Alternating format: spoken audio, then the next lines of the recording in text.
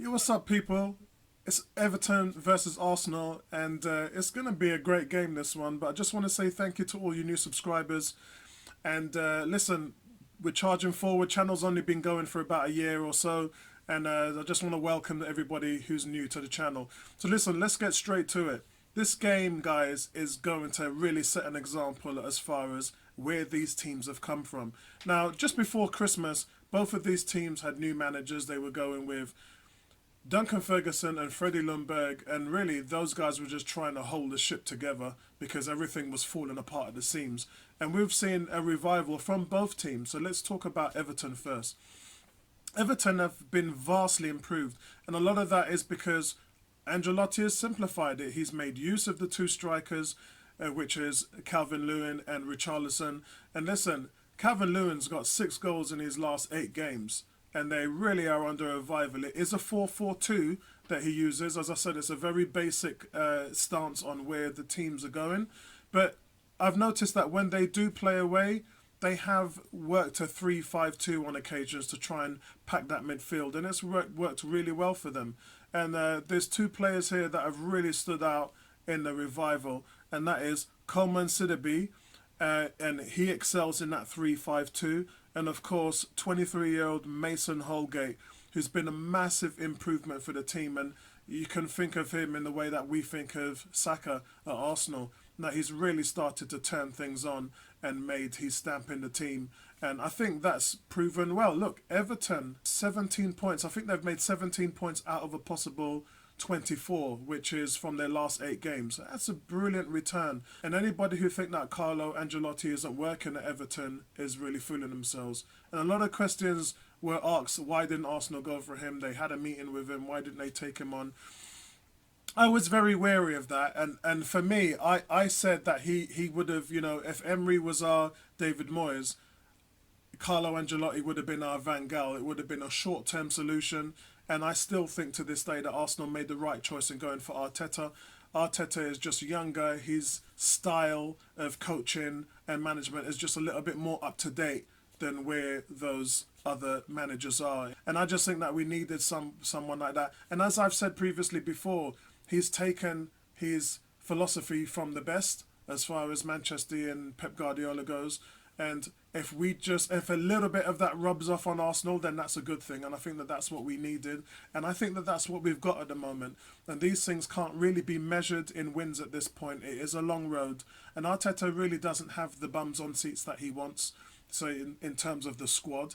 And he also doesn't have the starting 11 that he wants. So it's going to be a work in progress. Look, guys, Arteta has only been in charge for 2 months. And he has done a lot in terms of the change. All we needed Emery to do was fix the defence. It doesn't matter what happened under Unai Emery. As long as he fixed that defence, that would have been a key aspect. And he never did. He was letting in more goals than Arsene Wenger. He was scoring less goals than Arsene Wenger was. In his worst season, in Wenger's last year, which was his worst season, Unai Emery wasn't even achieving better than Wenger did. And from that standpoint, he had to go. But what Arteta's doing is he's having to restructure the whole philosophy from the foundation and building it from the blocks. And he's using a lot of young players to do that. And what it's doing is it's sending messages out to these other players who just simply cannot get into the team.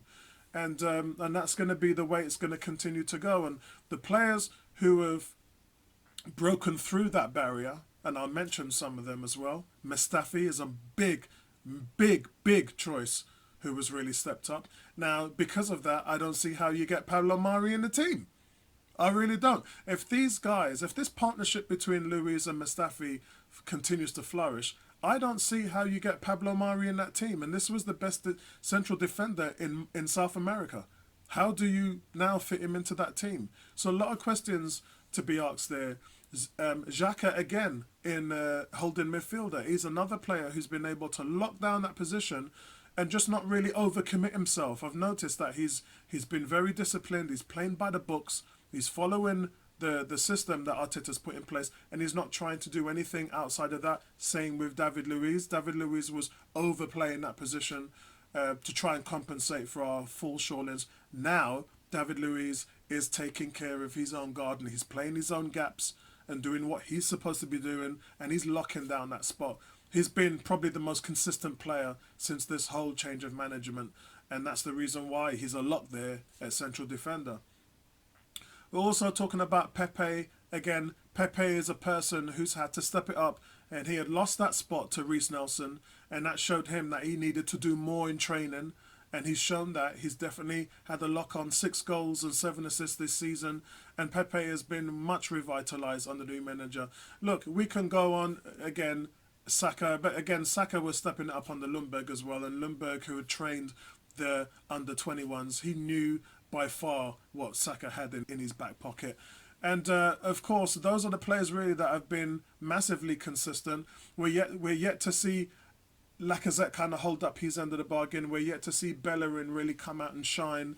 And Dani Ceballos has been fantastic in the last 2 games, but it's just not enough to sort of stample a foothold on that position. So far, he's done well in cameo appearances. But the one thing about Dani Ceballos is he's been the key that we've been waiting to unlock that final third. You know, we've been waiting, we've been not scoring enough goals, we've been trying to see that link from the midfield to the forwards to provide that fluidity and that smooth transition and final third prowess that we've been missing, and he's been the guy to do that.